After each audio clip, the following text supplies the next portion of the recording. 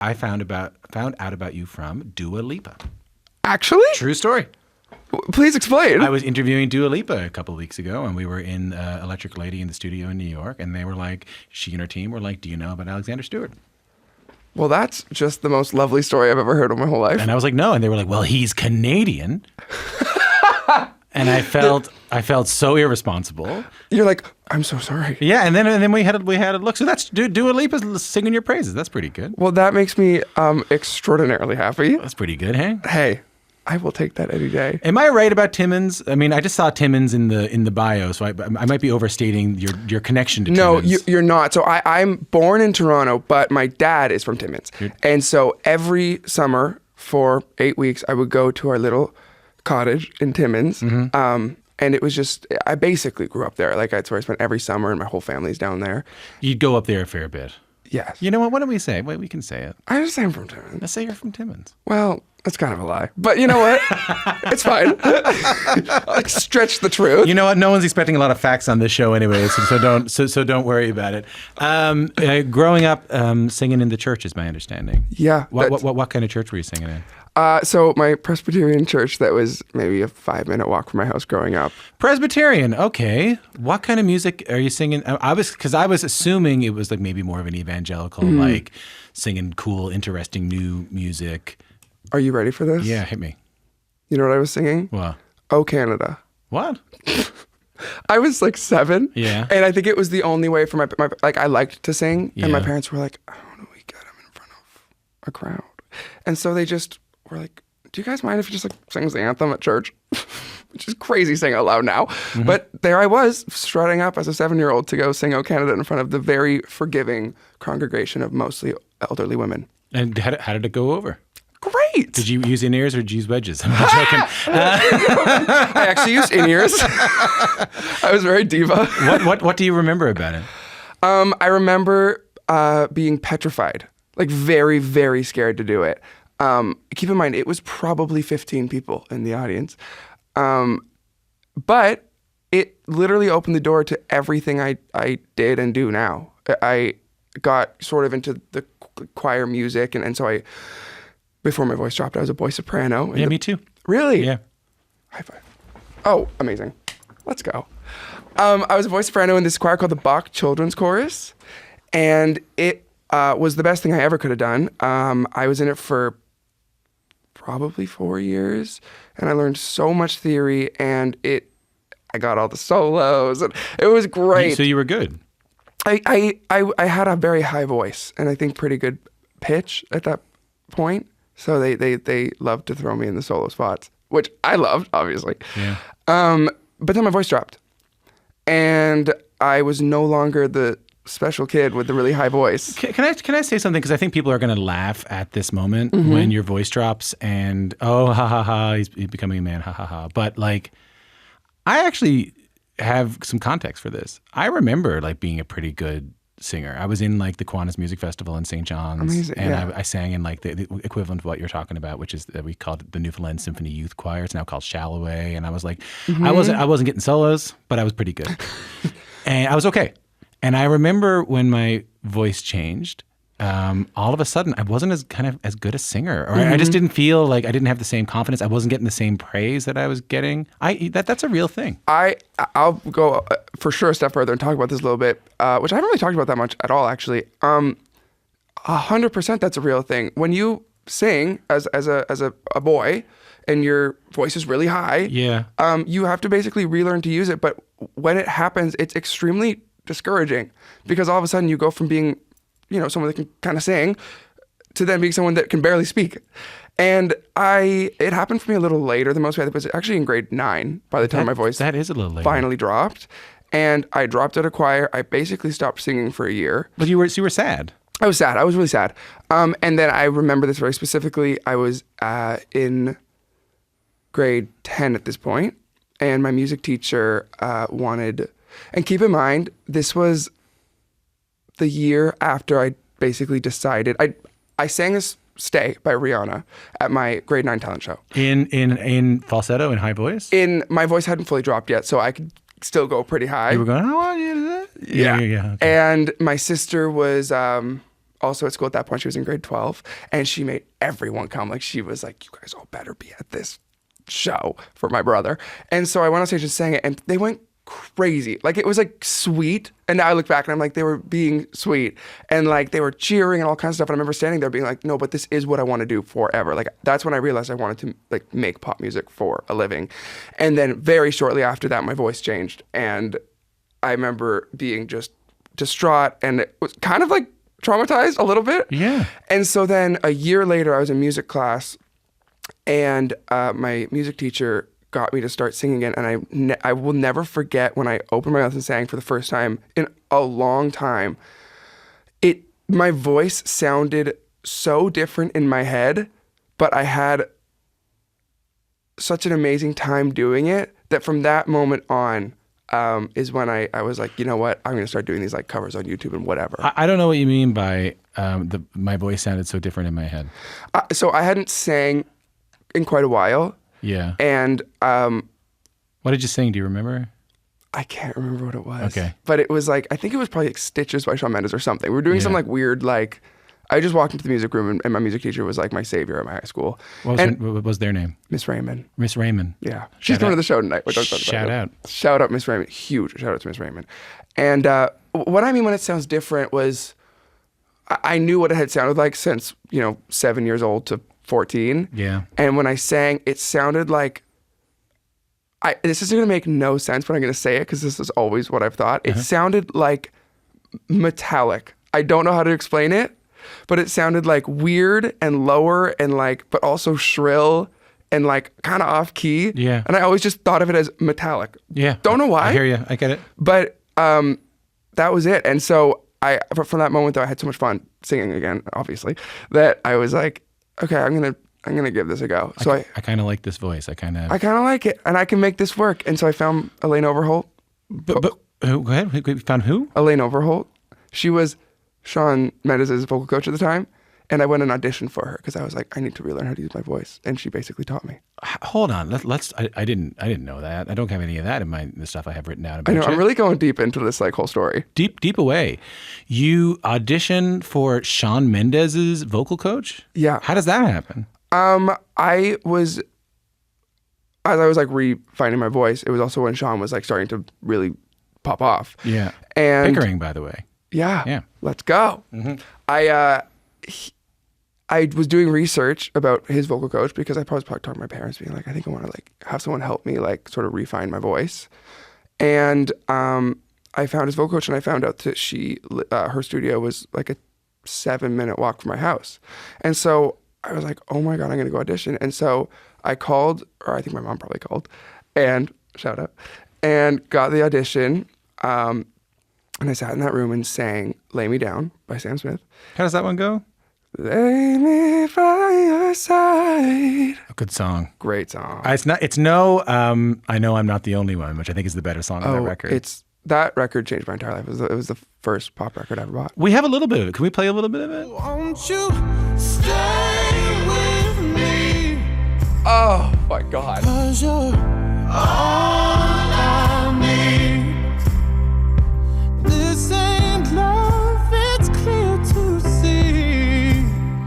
But darling, stay with me. Yeah. That shot of you singing along to their song is gonna work very well on the reels, Oh, fire. or as the kids call it, TikTok. Point is TikTok, real shorts. important record for you. Why? It was the first pop record I ever bought. And okay, Lady Gaga was actually the first pop record I ever bought. Which one? Fame Monster. Big record. Amazing. And then the one that spoke to me more musically was In the Lonely Hour. Why? Because it was more theatrical. It was more just the way Sam sings. And the way they use their voice during the songs, and the fact that they're sad, and it's what I wanted to do. I think you can probably still hear a lot of influence in my music from that. the fact album. that they're sad. Yeah, I think I don't know. I feel I say this a lot. I'm a human with like really quite large emotions, lots of which being kind of like sad, negative emotions. I get you. Which is where most of my music comes from. Yeah. But it's an interesting thing because you meet me and I'm like not that Yeah. outwardly, Yeah.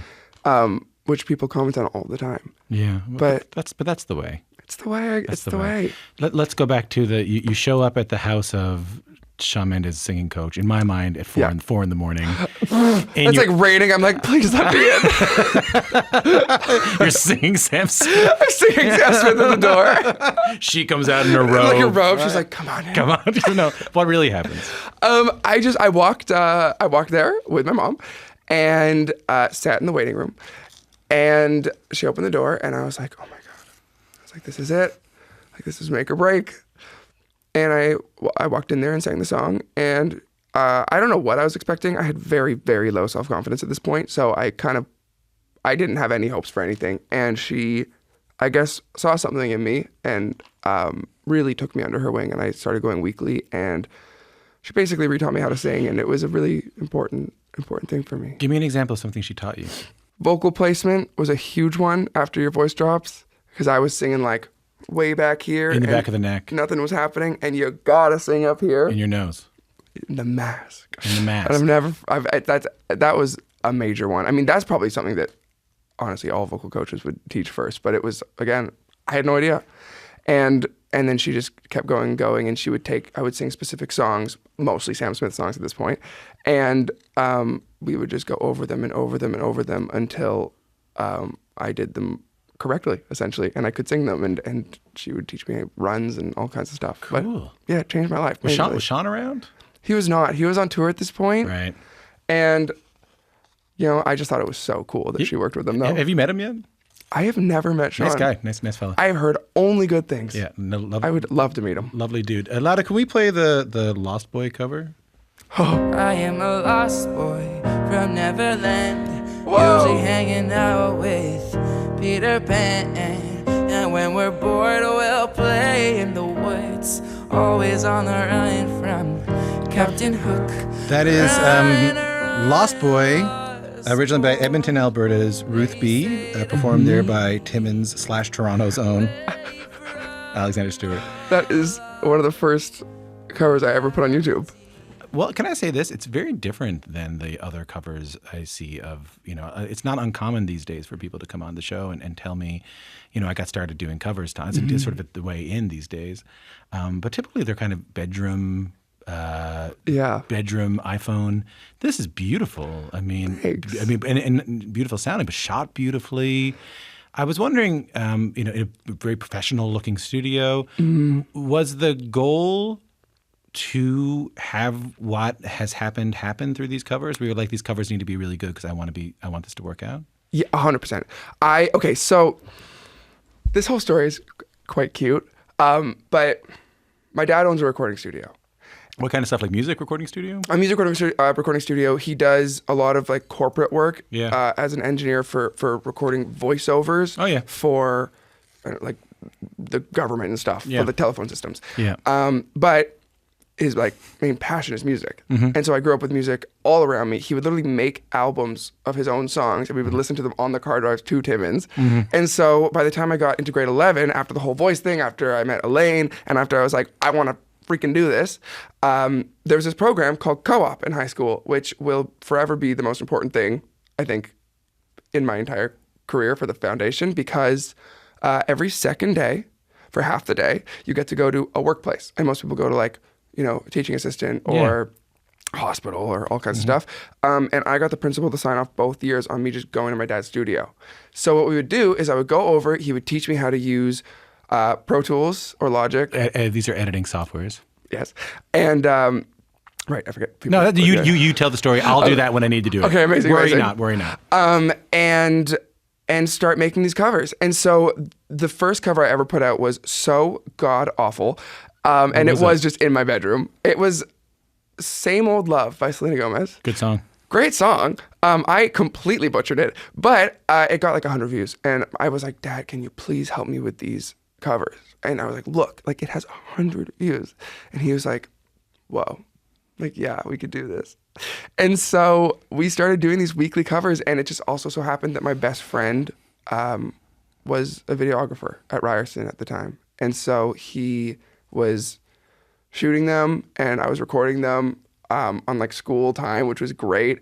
Also made the relationship between me and my dad like so close, being able to just go and work on music with him. And the whole thing really was like beautiful. And I look back at it and I'm like, I can't believe that's how that worked out. But it gave me the opportunity to start putting out these like weekly covers to try to find a way into the music industry. Well, what I'm really hearing here is that a lot of people have taken chances on you. A lot of people have really supported you. A lot of people have seen you and said, like, let's go out of our way, whether it be a music teacher, whether it be a choir teacher, whether it be a vocal coach, whether it be your dad, whether it be a principal. A lot of people have stuck out their necks for you. I have gotten, and I can say very confidently, extremely lucky with the people around me during this whole journey. There are things you can only do by yourself, though, and that's make the decision that you don't want to be a cover artist and be a songwriter. That was a hard one. That was a crazy one. Because the covers were doing all right. They were doing really well. And I was like making a living. And like, wow, making a living. I was 18 and I just decided, I was like, if I'm going to do it, I'm going to do it now. And I just stopped posting and moved to Los Angeles. And there was probably about 2 years after that I was so lost. Didn't know what I was doing. Did you know anybody there? No, I didn't. I had a manager at the time, but... How do you learn how to write songs? I just started going into sessions, literally. I walked in. Let me do this. Sessions, for people who don't know, is the term that a lot of folks use, especially in the pop and R&B worlds, and actually EDM worlds, where you will go into a room with a bunch of other songwriters, and you are given a certain amount of time, and you might even be given a theme, you might be given an artist, you might be given something, and I find these things so interesting. In those couple of hours, you got to figure out a song together. 99.9999999% of those songs do nothing, never show up anywhere. Yeah.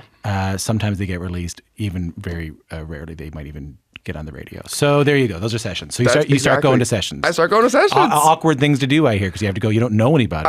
It was, and I also was. I mean, I'd never done them either, really. So I walk in, and I'm like I said, I'm a human with big emotions. So they would say like, "How are you feeling?" And I'd be like, "Well, let me tell you how I'm feeling." And then I would go on a whole tangent about my whole life, and then I kind of ran in. But doing that for years was amazing practice, and some of those songs did come out, and some of them are like really terrible.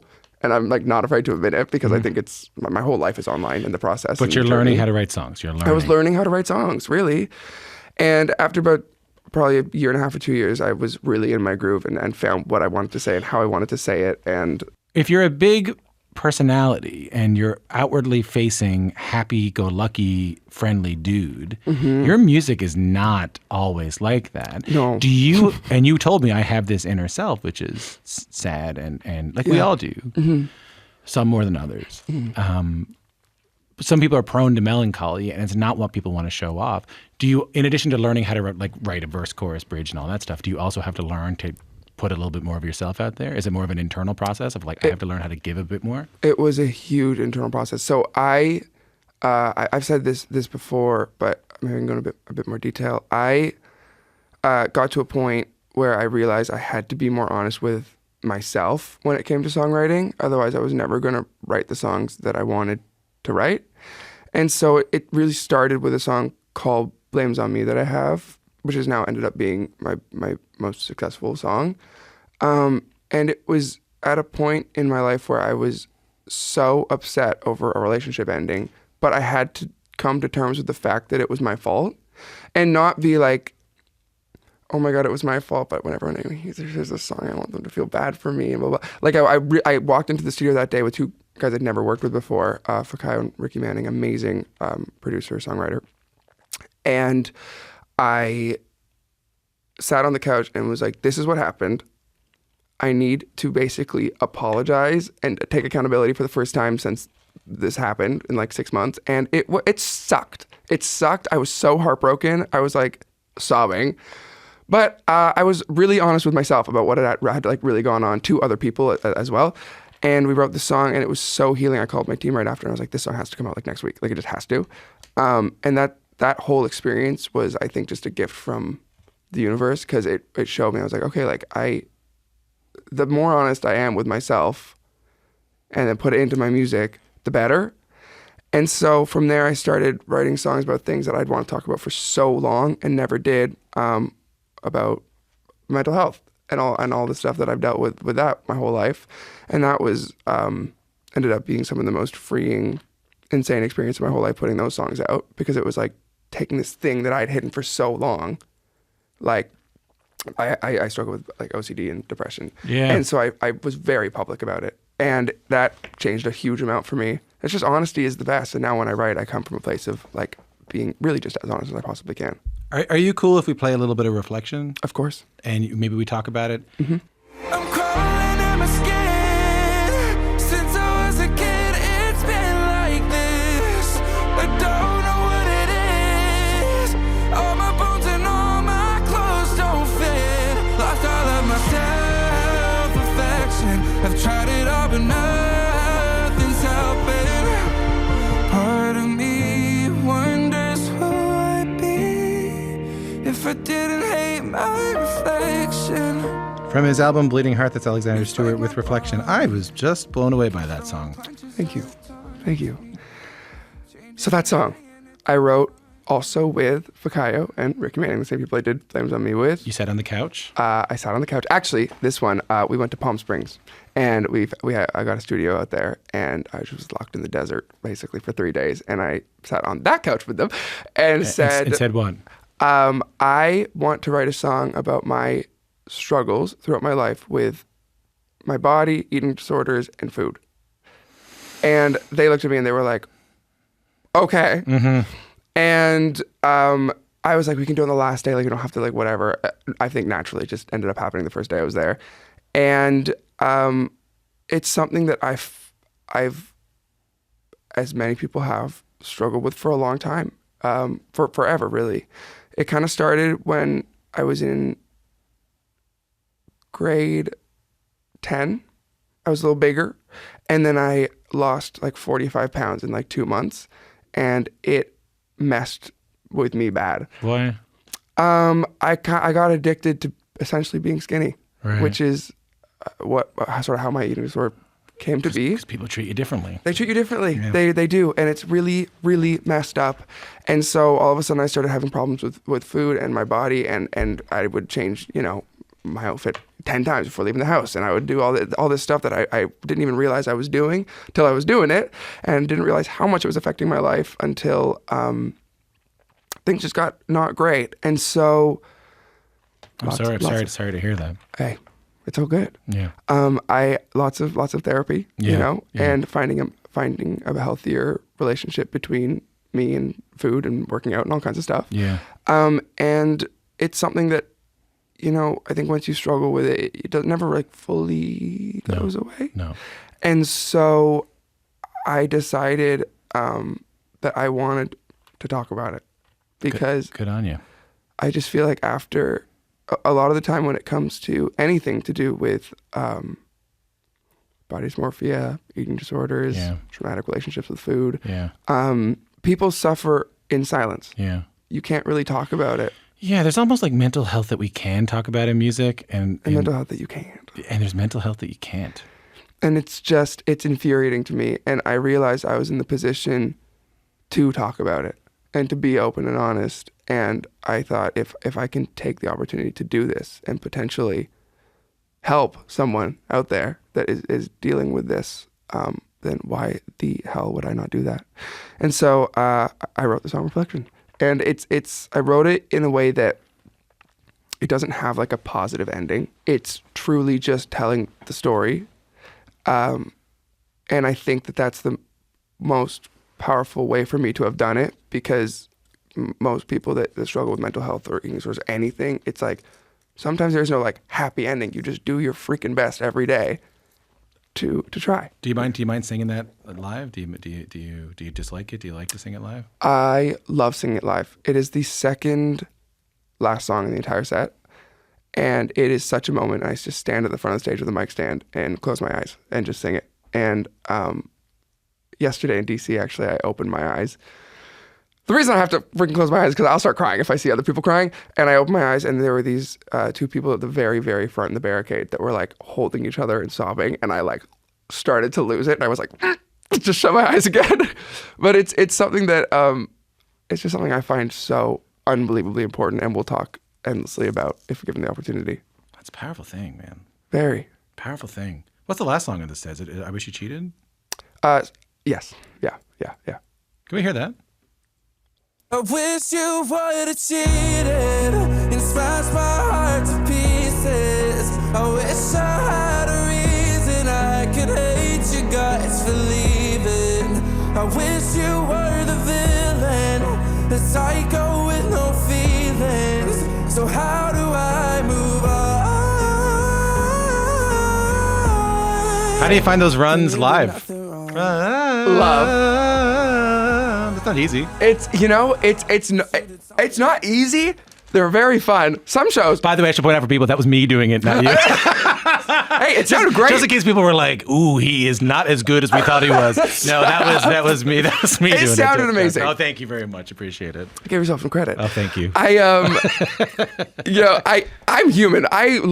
Sometimes I mess up the run. Like I'll do it and I'll be like, oh, could have done that better. It's a nice run. It's fun. It was one of those in the studio where I was just doing it and it just came out, and it was like kind of an improv moment. But then I was like, we should keep that. It's an amazing story you have. It's a really amazing story that you've had. It's a tremendous dedication, and again, people sticking their neck out for you. But it's something I could tell you really wanted for a really long time. Where you are forever, right now. Yeah, forever. It's just been the only thing I've kind of ever cared about. I have sort of a question that's kind of for me at the end. Mm-hmm. So that song blows up. It gets like 44 million views on TikTok and all that kind of stuff. And I guess I've been spending a little bit of time wondering about what my relationship is. And I think anyone listening to this is probably doing the same thing. What's our relationship with our phones? What's our relationship with the apps? When you have the thing that people want, which is that something blows up and changes your life on the apps, does that change your relationship with the phone? Do you still look at TikTok? Do you still have it? I do definitely still have it. This is actually a really good question.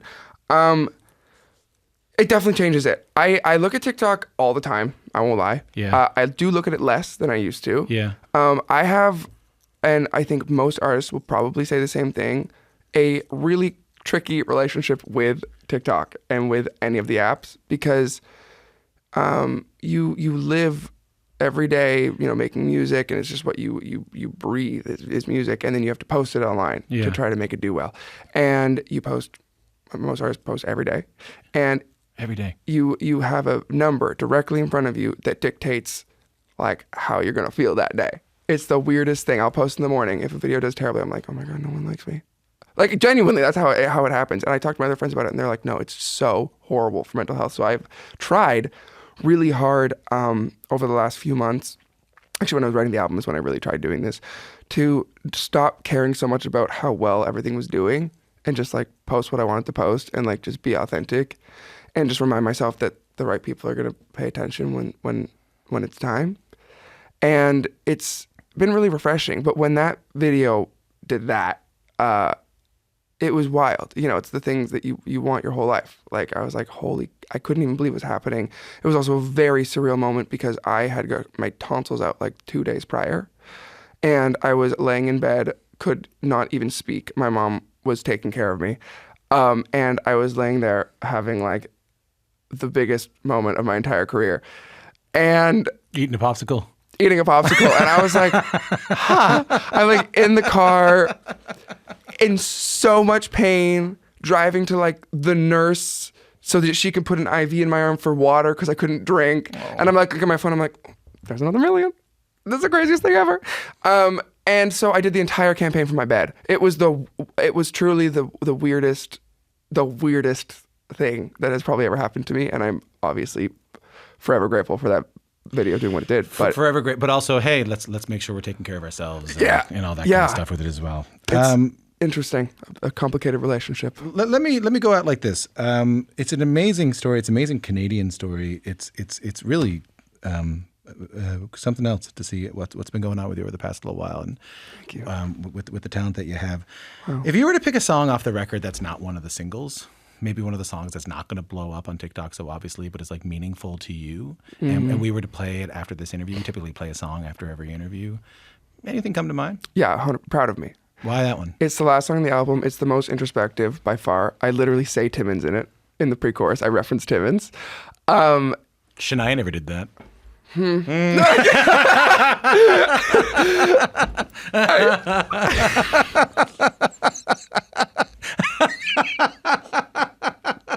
It was so shady for both of us. I love Shania with my whole Me heart. too. I've interviewed her. She's really lovely. Oh my God. Shania, we love you. We're just kidding around. Kidding. Please. Don't write a song I about us. literally grew up on your music. Yeah, you're great. We love you. In case you're in here. You're good. That does impress me much. Get out of here. Get out of here. I'm done. But yeah. Why that one? It was one of the last songs I wrote for the album. I wrote it with my best friend. And it's just a really beautiful story. I feel like I started all my stories with that. I'm like, this is a good story. Last time I went to Timmins, I was like 17, and I moved to Los Angeles. Had visa problems, couldn't get home. Then COVID happened. Yada yada yada. I hadn't gone for like 4 years. I hadn't seen my family for 2. I was not doing well. This was part of the time when I was not doing right. And I was lost and trying to figure it out. And finally things started coming together and my visa got fixed and the borders reopened and blah, blah, blah, blah. And so I was like, I have to go back to Timmins. Like, I just have to. Like, I came back to drive. I just knew it in my soul that I needed to do it. And I drove up there with my best friend and my sister and my sister's fiance and my mom and my dad. And I was standing outside with my best friend. It was like 2 a.m, just in my little cottage. And I was staring at the stars, and they're so clear out there. And I was listening to the wind in the trees. And I was just like, oh my God, I really hope that the version of Alexander that was here last would be proud of everything that has happened since then. And so that's how Proud of Me came to be.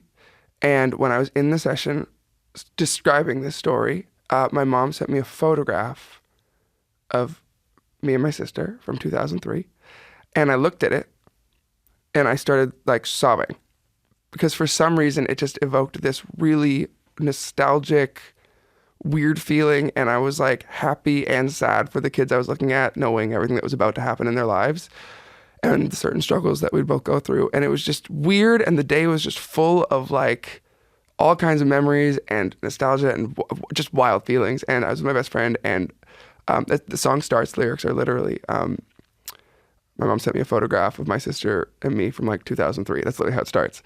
And then it goes into talking about Timmins, and then it goes into just kind of my own personal struggles that I think probably a lot of people would relate to. But that is why I would pick Proud of Me. Well, let's play it. Thanks for coming in. Thank you so much for having me. Nice to meet you. Great to meet you.